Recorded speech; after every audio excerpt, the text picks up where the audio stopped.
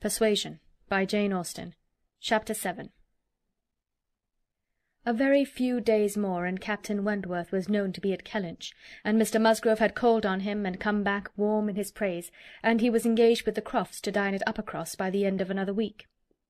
It had been a great disappointment to Mr. Musgrove to find that no earlier day could be fixed, so impatient was he to show his gratitude by seeing Captain Wentworth under his own roof, and welcoming him to all that was strongest and best in his cellars. But a week must pass.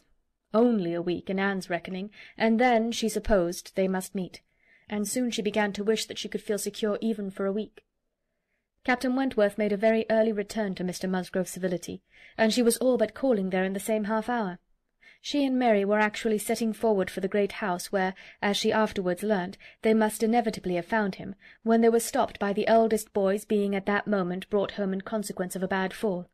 The child's situation put the visit entirely aside, but she could not hear of her escape with indifference, even in the midst of the serious anxiety which they afterwards felt on his account. His collar-bone was found to be dislocated, and such injury received in the back as roused the most alarming ideas.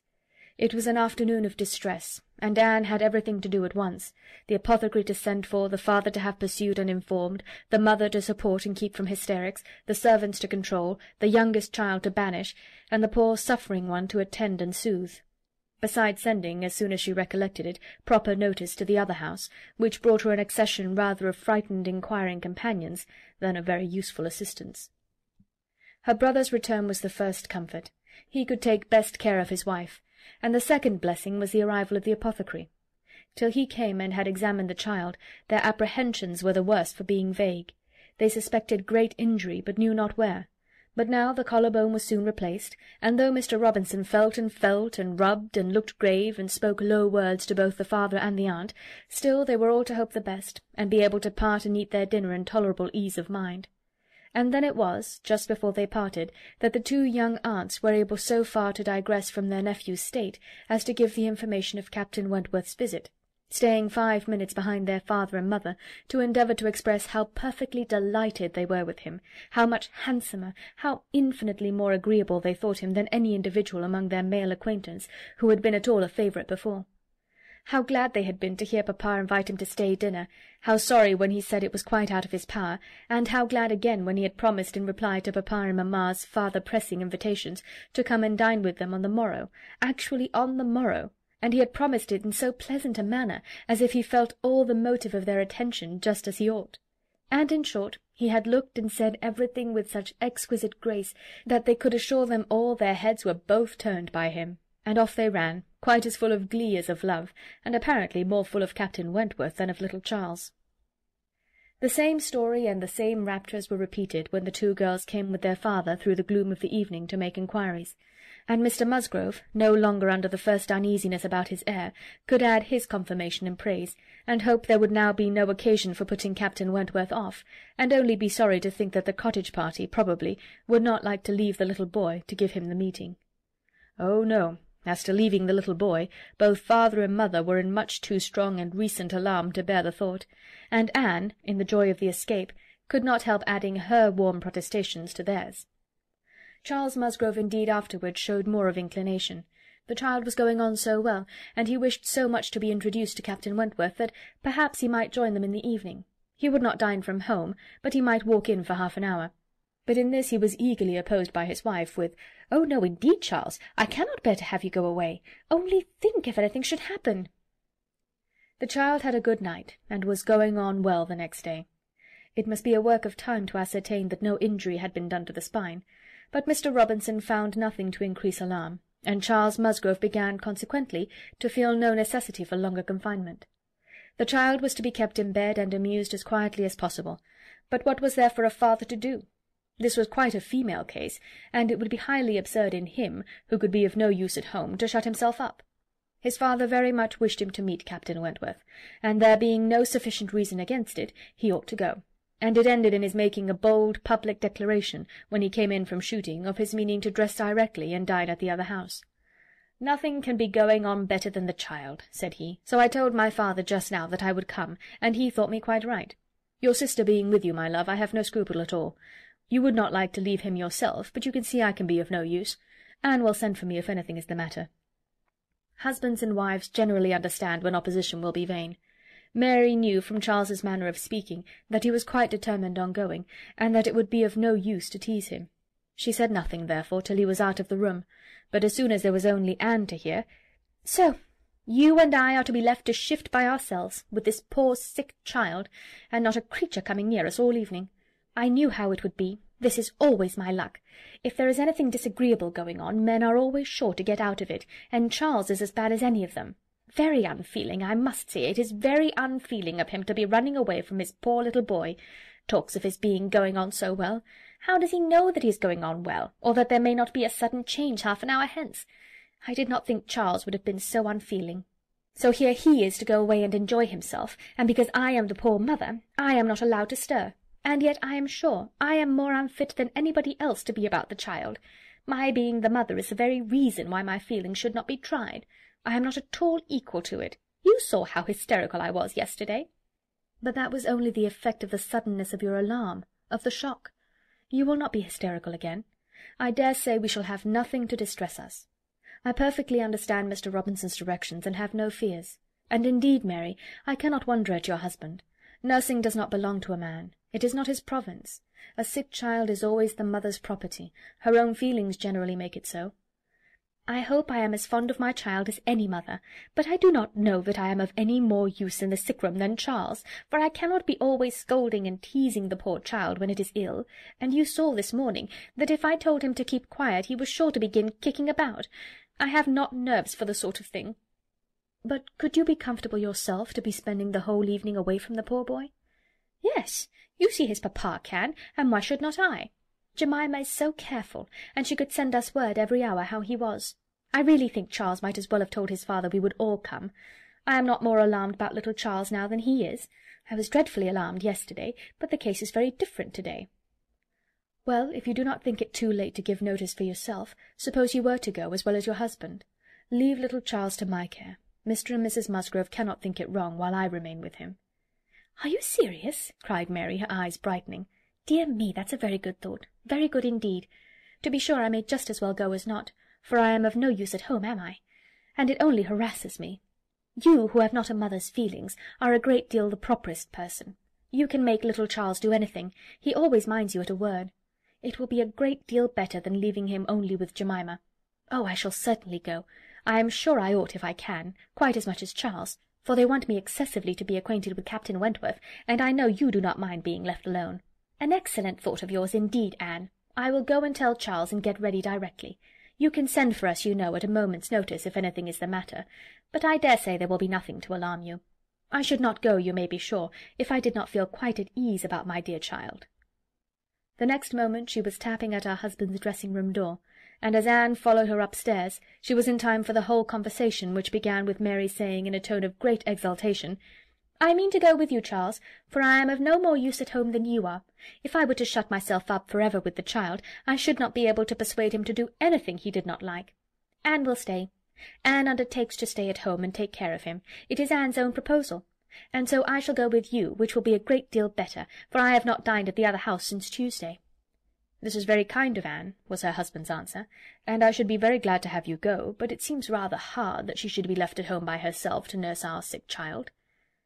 Anne was now at hand to take up her own cause, and the sincerity of her manner being soon sufficient to convince him, where conviction was at least very agreeable, he had no further scruples as to her being left to dine alone, though he still wanted her to join them in the evening, when the child might be at rest for the night, and kindly urged her to let him come and fetch her, but she was quite unpersuadable. And, this being the case, she had ere long the pleasure of seeing them set off together in high spirits.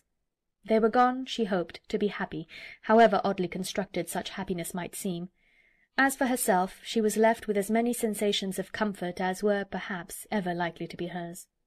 She knew herself to be of the first utility to the child, and what was it to her if Frederick Wentworth were only half a mile distant, making himself agreeable to others? She would have liked to know how he felt as to a meeting.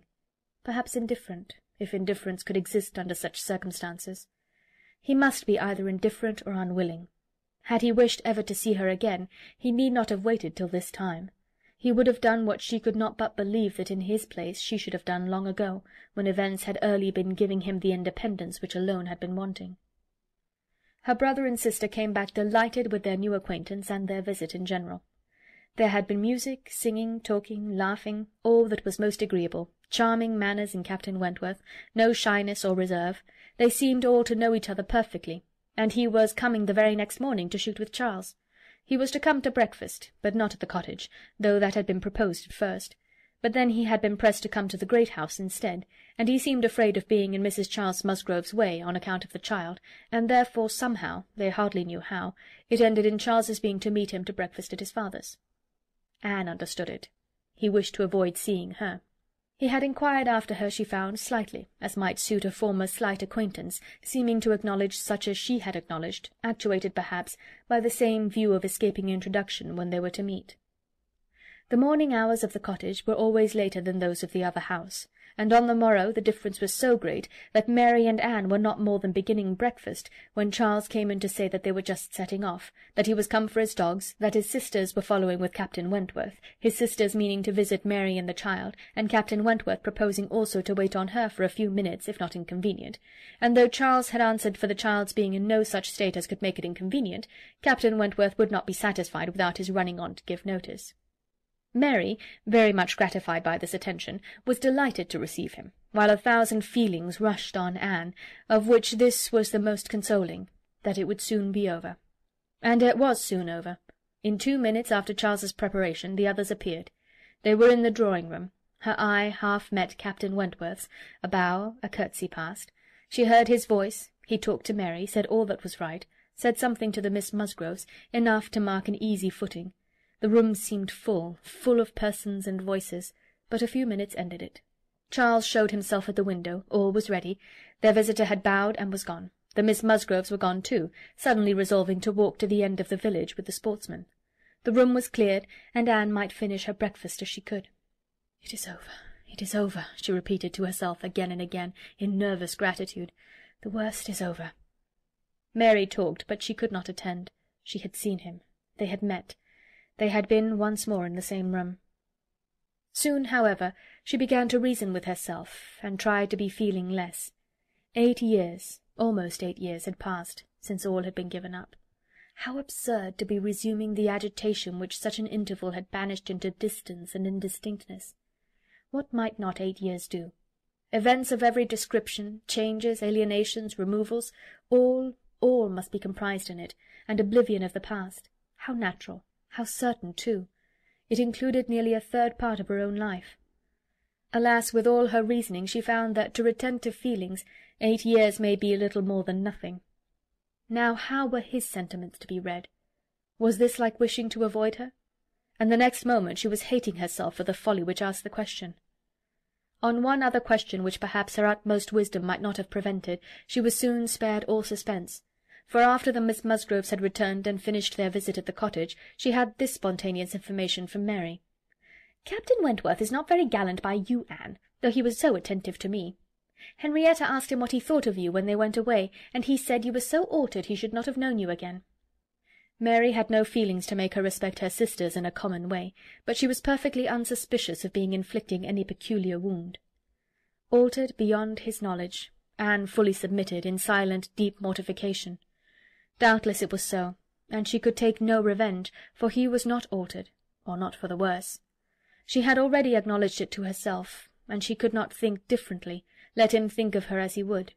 No.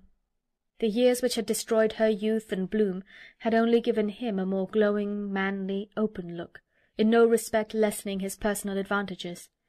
She had seen the same Frederick Wentworth. So altered that he should not have known her again. These were words which could not but dwell with her. Yet she soon began to rejoice that she had heard them.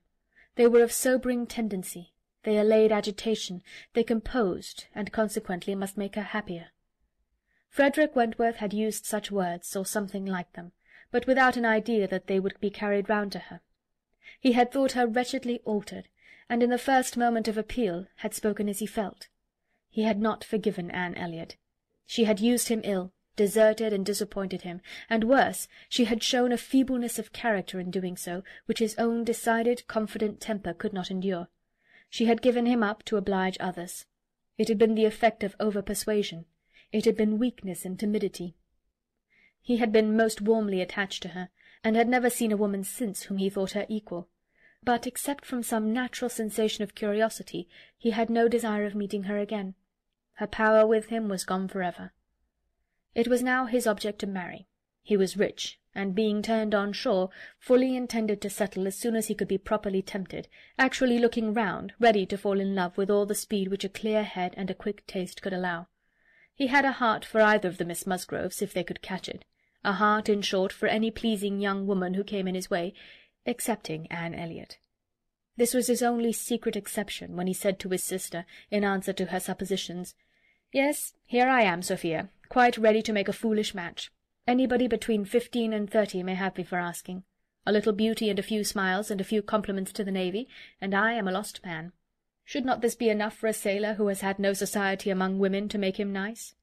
He said it, she knew, to be contradicted. His bright, proud eye spoke the conviction that he was nice, and Anne Elliot was not out of his thoughts when he more seriously described the woman he should wish to meet with. A strong mind, with sweetness of manner, made the first and the last of the description.